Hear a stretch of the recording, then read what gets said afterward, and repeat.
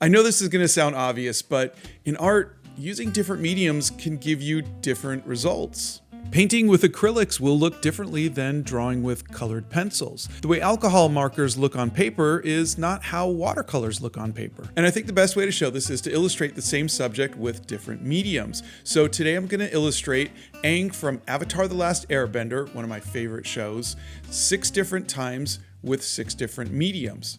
Okay, does that sound fun? I think it sounds fun. Appa, yip yip! Now first off, I'm going to project Aang onto the paper since this isn't about drawing Aang, this is about how we render him. I'm using a projector to do this so that I can quickly trace this image 6 times across the paper. And if you're a young artist who's been told that this is in some way cheating, that tracing is cheating, I need you to hear this, please. There's no such thing as cheating in art at all. Artists have been using reference and have been tracing since the beginning of time. It's a tool every artist used to save time and to ensure that they get their likenesses and proportions right for jobs that require it. If you don't like tracing, don't do it. But don't tell others how to make art because you don't like a technique. It's just mean, and also you're wrong. Okay, so the first Aang we're going to do is going to be in graphite pencil. I'm going to use a combination of both a 6H and a 6B pencil. So now a 6H pencil is going to be very, very hard. It kind of goes from H is hard, H for hard, and B, I have no idea why it's not S for soft, but it goes H is hard and then the B's are softer. So if you think of like charcoal or something where they smudge really, really easily, that's the B stuff. And then the H is really what I use most often because I use that for my watercolors because it erases really easy. When you're drawing with them, the pencil lines are very, very light. They're hard to see sometimes. That's what I like when I'm doing that. Now, another thing that I'm going to be using is a smudge stick. And this is basically, it's like a rolled up piece of paper.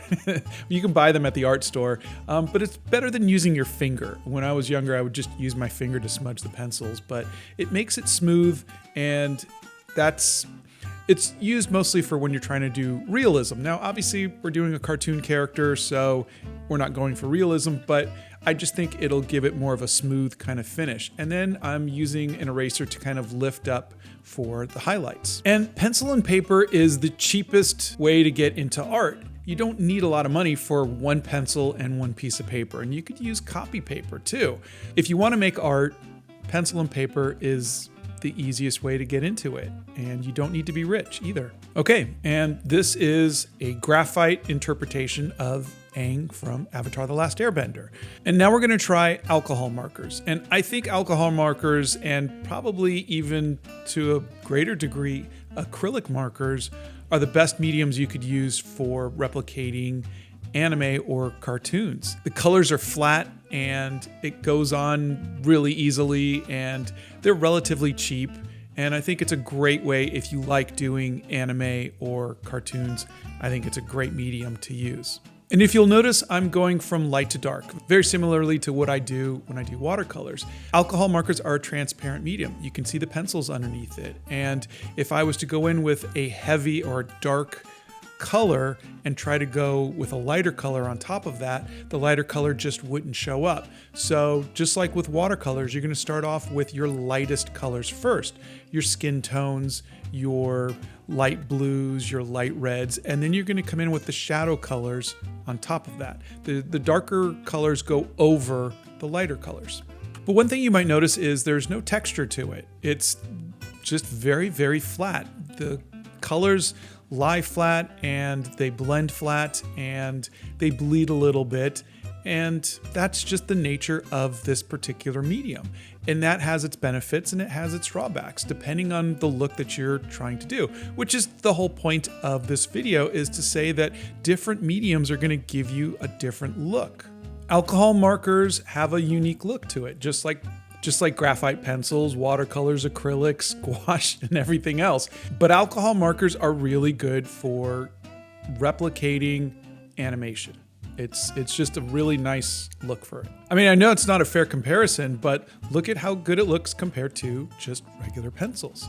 it looks really close to the real thing. And now we're at watercolors. Now watercolors is probably the medium I feel most comfortable with, only because I've been using it a lot lately. It's definitely not the medium I've been using the most. That would be either graphite pencil or colored pencils. But it's something I feel at this moment in my life very comfortable using. And I have a technique where I do the inking first, which is essentially me making my own coloring page. And I do that with a zebra brush pen, which is a waterproof pen. So I don't have to worry about the watercolors making the ink bleed. Now, if I remember this correctly, I'm doing this on, I think, Bristol paper, which is not great for watercolors. Watercolors, the watercolor paper is the most important thing about watercolors. So the colors are not going to sit great on this. It's not going to be optimal, but for the test that I'm doing, I think it'll be okay. Now, the great thing about watercolors is the texture. It's the way that the watercolors are unpredictable. They're wild. They're, to use a term, artsy. You can see the little splashes of where some parts have dried and other parts haven't. And you could just, it feels loose and wild and, again, artsy. And you wouldn't use watercolors to replicate animation. Animation is smooth, it's flat, and the colors are very vibrant. And you can get vibrant colors in watercolors, but for the most part, they're a transparent medium and they always show a little bit of the paper underneath. But what you get out of watercolors is that artsy kind of feel. You get those splashes of color, you get those splotches and splooches, and you get the texture, and you're not going to fool anybody. No one's going to say, oh, that's a still from animation, but they are going to say, that's a watercolor piece. That's a piece of art. That's someone's interpretation of that. And I think that's the joy that comes from a medium that is not meant for film production. It's something meant for artists making art. And that's why I like watercolor. It's one of my favorite mediums. And I like it because when I use it, I'm not making an exact replica, I'm making an impression of it. Like the Impressionist movement, I'm making an impression of what I see, not an exact replica. See that? That's art. Colored pencils is, gosh, I've been doing colored pencils since I was 15 and I made a career of it. I got into the New York Society of Illustrators. I did covers for Star Trek and Mortal Kombat with it. I was at the top of the game in colored pencils in the 90s. I mean, that was, and I'm not tooting my own horn, but I was one of the best colored pencil artists, I think, professionally. But there's a limit to what colored pencils can do. They're very literal. Colored pencils, you put a color down and that's what you get. There's no texture like with watercolor. There's no splooches or splotches. There's not even really much in the way of layering colors like you do with alcohol markers or where there's bleeding and things like that. Which is great if you want something to be very predictable. Colored pencils are very predictable. And that is a very good thing, especially for a professional artist. You don't have to worry about surprises. You don't have to worry about things going wrong or your art looking different than it did yesterday. The great thing about colored pencils is they pretty much will always look the same. The colored pencils always come out of the box the same. Everything feels very same.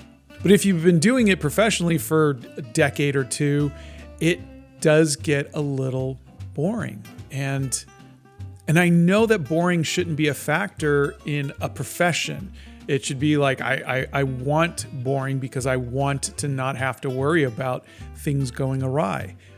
But as an artist, as a human being, I want my art to be inspired. I want my art to surprise me from time to time. And so by the time I hit my 30s, I wound up getting bored of it. I wound up being tired of that predictability in my art. My art in my 30s felt like the art I was doing in my teens, and I didn't want that. So I walked away. I walked away from traditional art completely. I took 10 years off and I made no traditional art while I was working on my digital webcomic, The Dreamland Chronicles, which was all done in 3D software. And when I came back to traditional art in my 40s, I tried colored pencils again, and it was like I never left. It was the same predictability.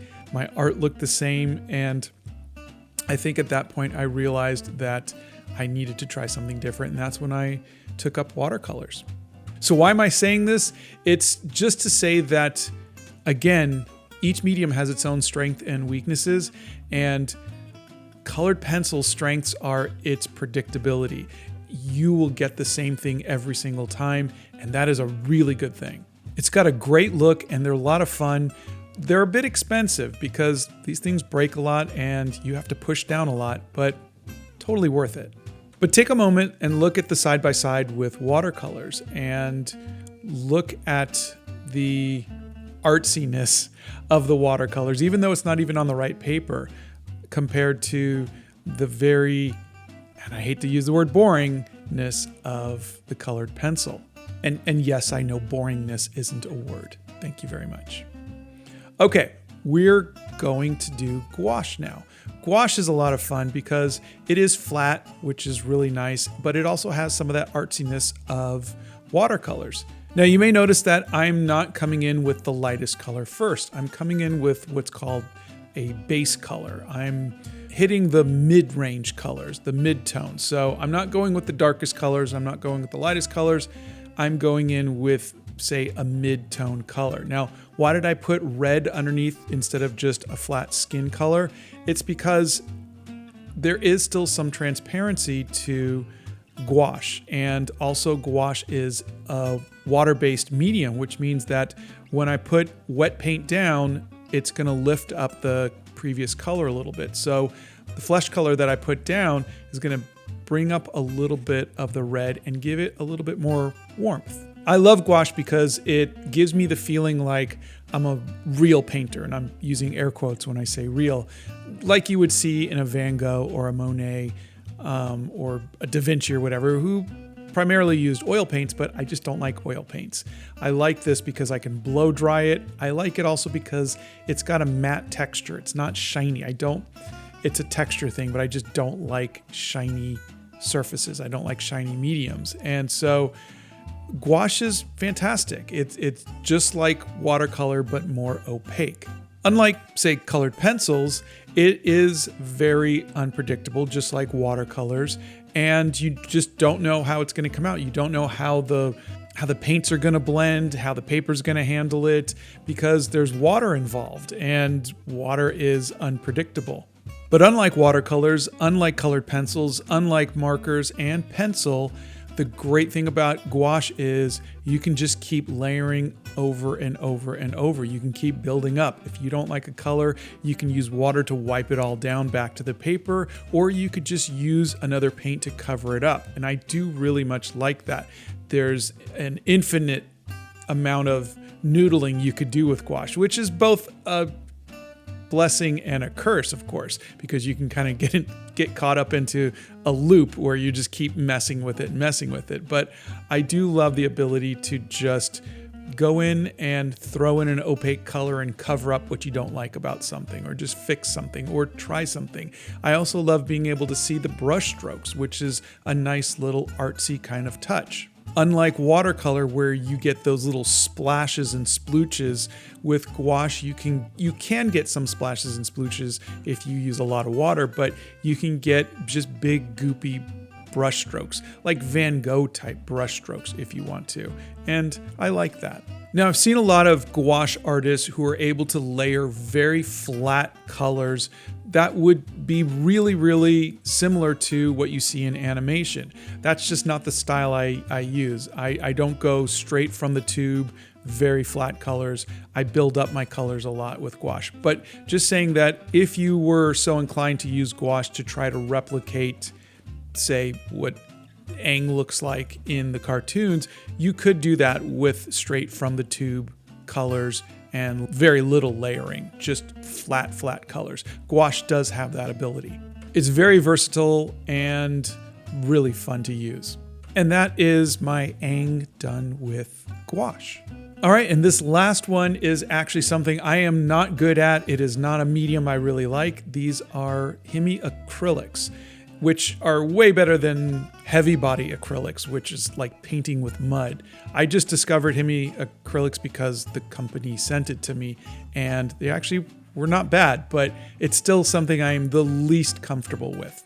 Now, acrylics are probably the most versatile medium of all of these. It can do pretty much anything. You can water it down and make it look like watercolors. You can have it be as thick as gouache. It can be as smooth as colored pencils or markers. But I'm not a fan of them because they're shiny. It's a texture thing for me. I don't like that shininess of them. It's like the squeak that you get for squeezing a cotton ball. Oh God, that just makes me shiver. That kind of thing. For others, it's nails on a chalkboard or something else. But for me, it's cotton balls and the shininess of acrylics. Now, the plus side is, of course, you can get some really wonderful paint strokes and you can get some texture to it, like say a Van Gogh. And another fun fact about acrylics is when it dries, it becomes plastic. Which is just really weird. It becomes just like a piece of plastic, which is kind of fun to peel the dried plastic pieces off of a palette when it's dried. It's just like, it's kind of a fun like little side thing to do, peel the dried plastic paint. I feel like I'm not doing a very good job selling acrylics because, again, it's really not my favorite medium. The fact that it turns into plastic and it's fun to peel off the palette should not be one of the main selling points for any artist, but it is a very versatile medium. It is wonderfully opaque when you need it to be, and you can make it more transparent when you need it to be, which is great. Texture aside, it is something that is used by a lot of professionals, and I highly recommend it if you're looking for something very versatile. But don't expect a masterpiece from me with acrylics because it's just not my medium. And this is the final one next to gouache, which is a medium that I really like. And you can kind of see the difference. You can see how one is a little bit more flat and the other one is a little more shiny. And here's all 6 together. I actually painted it all on one piece of Bristol board. You can see how the same character done in 6 different mediums has 6 different looks. And this is really important so you could see that the medium that you use, the tools that you use are going to change your art in a very significant way. So if you're having trouble with your art, or you are not liking your work compared to the work of another artist that you really like, and you don't know why, think about this. Are you using the same medium that they are? Are they doing digital work and you're doing traditional, or vice versa? Is the medium you're working in helping you or hurting you tell your story? If you're trying to do something very realistic and you're using watercolors, which are very chaotic and splotchy and sploochy, is that the right medium for you? If you want something to be very artsy and you're using colored pencils, is that the right medium for you? Because colored pencils are very literal and very kind of boring. The medium you use is going to change the way your art looks. It's going to change the way your art feels. It's a really important decision to make, and it's also not a permanent decision. You can change your mind at any time. You could try something new. You could work in a medium for 10 years, get bored of it, and try something else. There's no rules. There's no law that says you have to stick to one thing. So try the different mediums, see what works for you and the type of stories that you want to tell with your art. And I know every paint material and medium aren't available to everybody, and you use what you can. I hope this exercise was fun for you and enlightening, and I hope you continue to enjoy making art in whatever medium makes you happy.